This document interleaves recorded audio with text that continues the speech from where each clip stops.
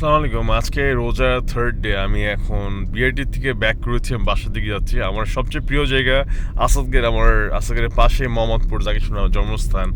আমি আমার গাড়ি ফিটনেস করতে পেরেছি আলহামদুলিল্লাহ, নিজেই করেছি আলহামদুলিল্লাহ। আজকে কোনো দালাল বা কাউকে নিইনি। So I am really excited. Thanks to almighty Allah, Ramzan মাসে আপনার রহমত করেছেন এবং আমাকে বেশি একটা কষ্ট হয়নি আমার। মেবি 3 আওয়ার্স বা 3.5 ঘন্টার মতো, 3.25 ঘন্টা লেগেছে।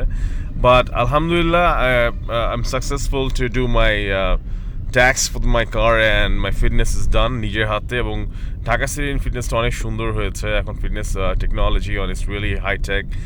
যাই হোক, আমি ফিটনেসটা করতে পেরেছি নিজের হাতে। এটা আমার school, Green Hill International school.